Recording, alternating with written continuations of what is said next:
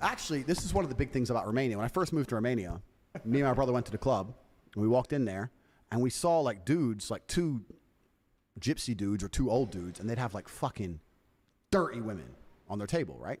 So you go to a club in Romania, it's like 20 dudes, 100 girls, but the girls aren't accessible. You can't go there as a tourist and pick them up because they all belong to people, right? So when me and Tristan first went there by ourselves. What happens if you do? You're going to get in big trouble.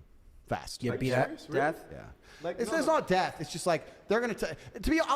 It wouldn't be that fast. Like they tell you. They'll warn you first. They tell you to fuck off. Yeah. And if you really push it, then you're dead. You get in trouble.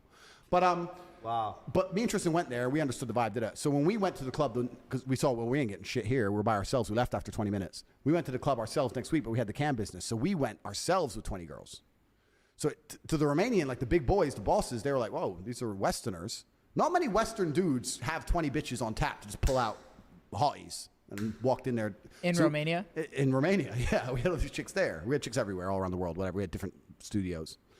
But, yeah, so you're saying, did I ever take my girls on dates? Girls are fantastic for status. There's times where if you want status, you need women. Women are status. Women are the true currency of ballers. Fuck money. It's women.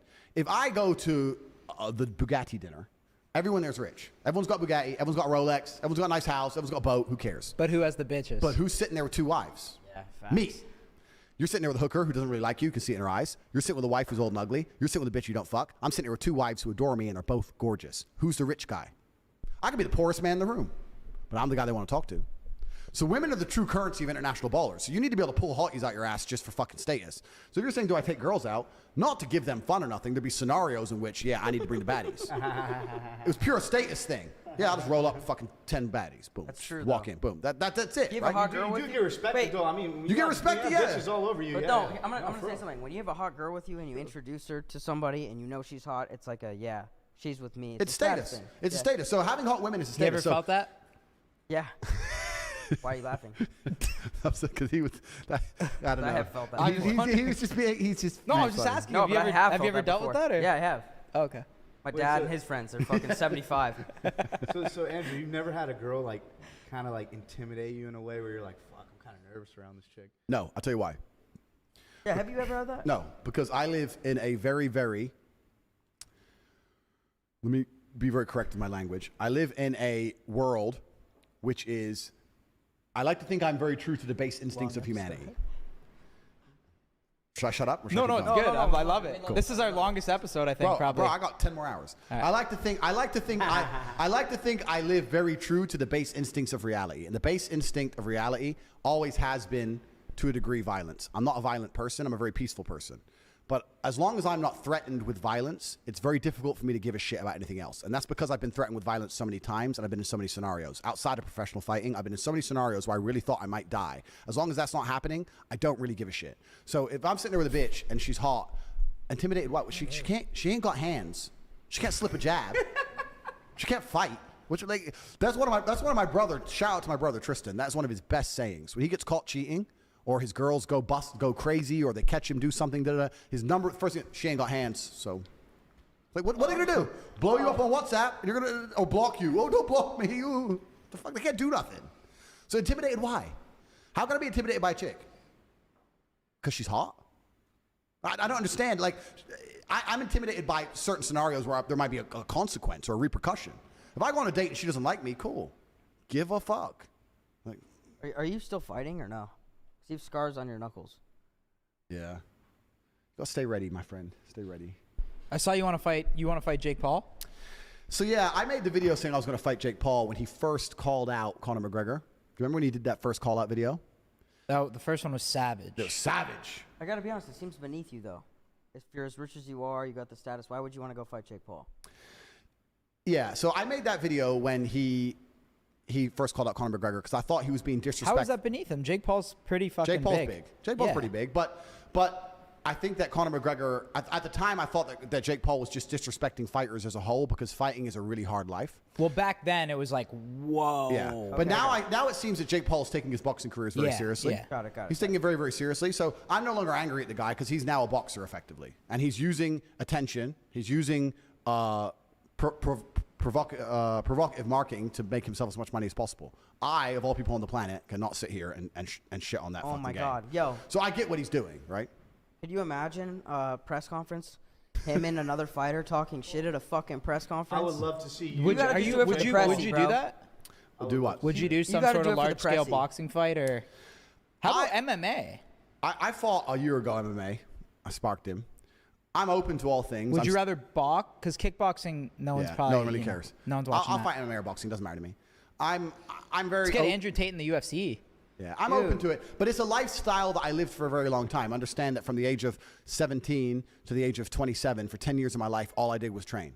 That's why now I can still jump on the pads and smash out 12 rounds easy. How often do you train a week? I still train nearly every day, but to live that lifestyle, it's a big sacrifice. You got to dial in. Yeah. It's got to dial in, and so for me to do it, I'm not saying I wouldn't do it. It would have to be very worth it. The problem is, for it to be worth it, people will say, "Oh, how much money?" And I have more money than anyone would possibly What weight believe. class would you fight at? 92, 93 kilo, which is like just light heavyweight, Do you have cruiserweight. Do you have a guy that if you had to fight at the UFC, you would fight, or some fighter that comes? Wait, to how mind, many dude? pounds is that? Sorry, I don't know. I don't know pounds. 195, 200 pounds. Light heavyweight. Yeah. Around That- 200, right? Yeah, around 205 there. is light heavyweight. 205. Pounds, kilos. That means he's like. Yeah, 200. So anyway, there are possibilities. There's things in the mix. Perhaps if I can find it, it'd be worth it. But it's just I'm now at states now with they go, well, it's worth it. You get 10 million. 10 million. What? A week's wage? Bullshit. 6 months training for that. I don't need a week's wage for 6 months training. And then they'll go, It'd you be get more for credibility. the extra exposure. And then they'll go, probably. you get exposure. That's what they'll say. But I'm already the most What exposed about man the on the planet. accomplishment? I've conquered the world. So, and then you talk about accomplishment. I've had 87 professional fights. I've been in the ring a bunch of times. 4 times world champion. 71 wins. I've done it. I'm very competent and happy and comfortable with who I am as a man. I know that 99.9% of the men on the planet are a one-punch issue, and I'm fine. So it's kind of like, do I really want to do it? There are people who I would fight. I'm not going to say their names on this podcast, but there are scenarios, there are things in the Famous works where I people? might Give fight. us one. Give us one. No, man, no, we're working on it. I'm working on some things for everyone to see. I know everyone wants to see me fuck someone up. That's what they want to see. They want to see me smash someone up, which is Yeah. fine. What So- is the percentage of people that actually know how to fight in the world? I heard. Well, this is another thing because I actually don't believe in fighting outside of the cage or the ring. I don't believe that fighting is a real thing. I don't believe fighting is real. Violence and fighting are different things. So is that you saying like no one really knows how to fight outside of? No, I'm saying that it doesn't matter. Oh, okay. Fighting and violence are a real thing. So I made that comment that most men are a one-punch issue. That's true. Actually, recently, a video which got taken down off my YouTube, but I'll give it to you guys. Maybe you can sneak it in.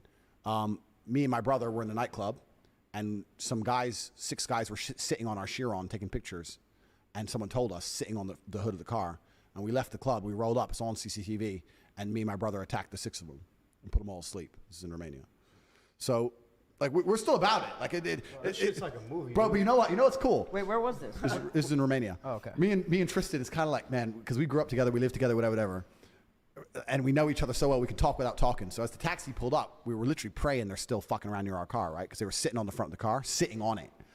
And as the taxi pulled up, we're both in the back seat, and we both just turned to each other and went, go out and start fucking smashing them up. No words, no get off the car. It's all on CCTV. You'll see. I'll give you the video. Just start fucking knocking them all asleep. So I want to see that shit. yeah, but this is the point. That to a degree could be fighting, but I don't think fighting is a real thing outside the ring because violence is a different thing. I know truly violent people, and I've been in truly violent scenarios. And if someone is truly violent, they don't need to know how to fight.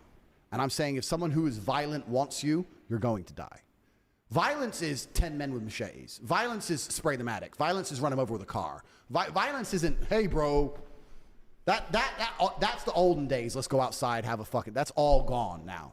If you're caught in altercations on the street, no matter how big of a tough guy you are, the best thing you can do is leave. There are too many people who are ready to fucking go to jail Nothing to or lose. die with nothing to fucking lose. I have a full security team with me everywhere I go. How many you roll with? I'm strapped. I have like 4 or 5 guys usually. I'm strapped everywhere I go, where possible. Like I really don't like the idea of having to hit people unless I really have to hit people because.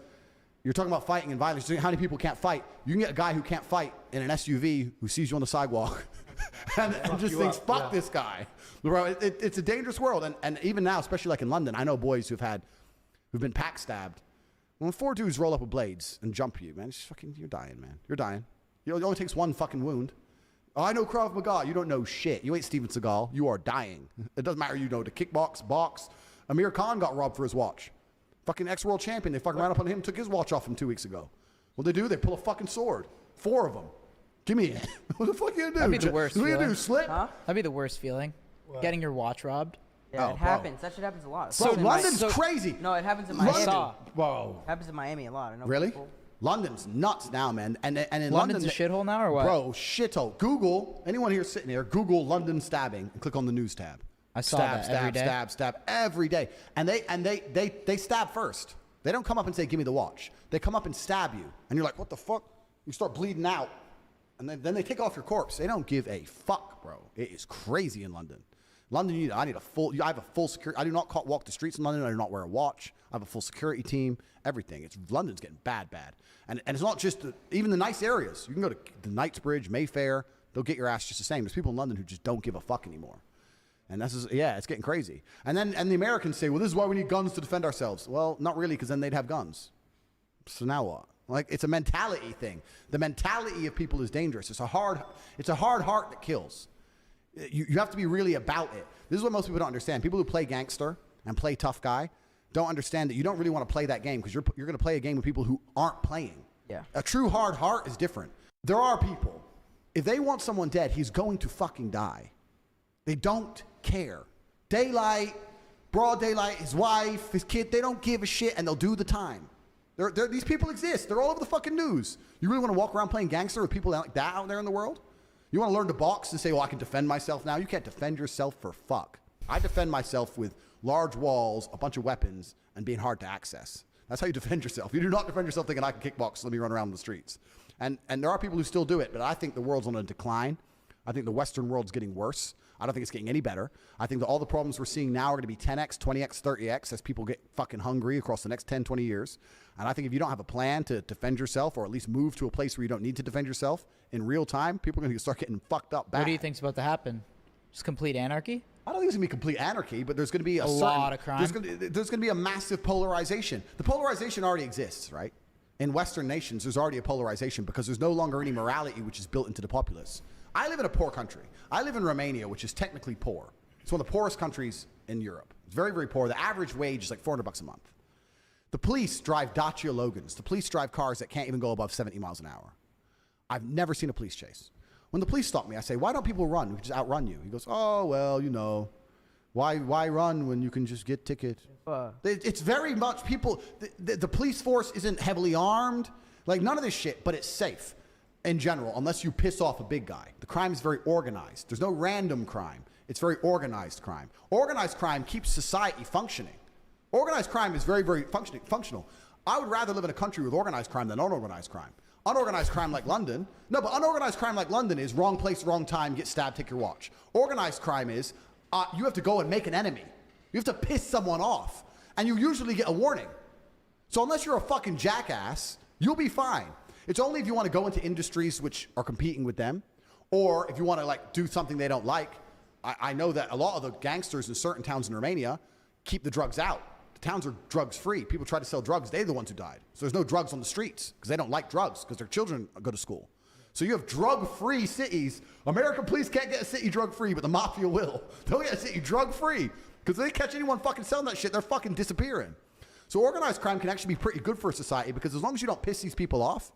Now, Americans are the worst on the planet for this. Americans have basically no social awareness, and they're jackasses with big mouths.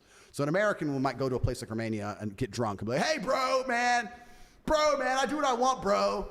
They're going to get fucked up, right? But if you're a person with a brain, and you're like, you know what, this is not my territory. Sorry, really sorry. You're never going to have any trouble.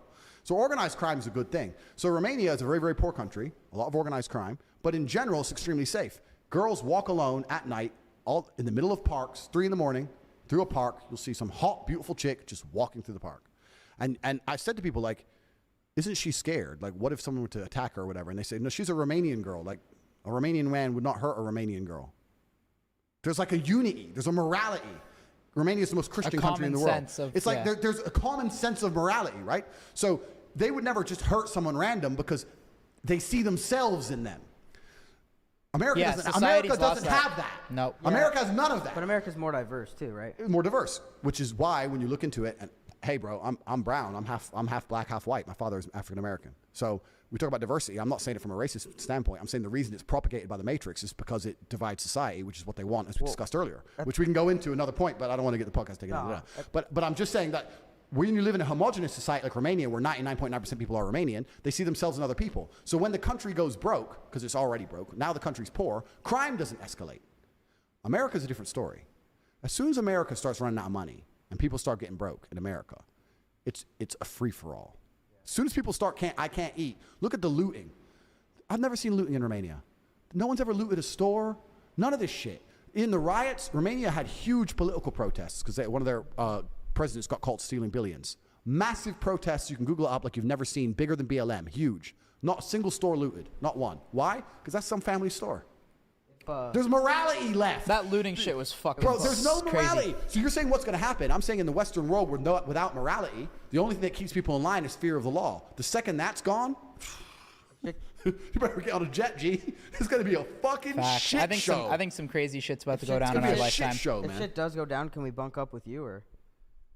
I have got food for 10 years in my house. You got guards too. I've got food for 10 years and bullets for a long firefight. So And 4 wives. more than that, G. Come on, I haven't settled down yet.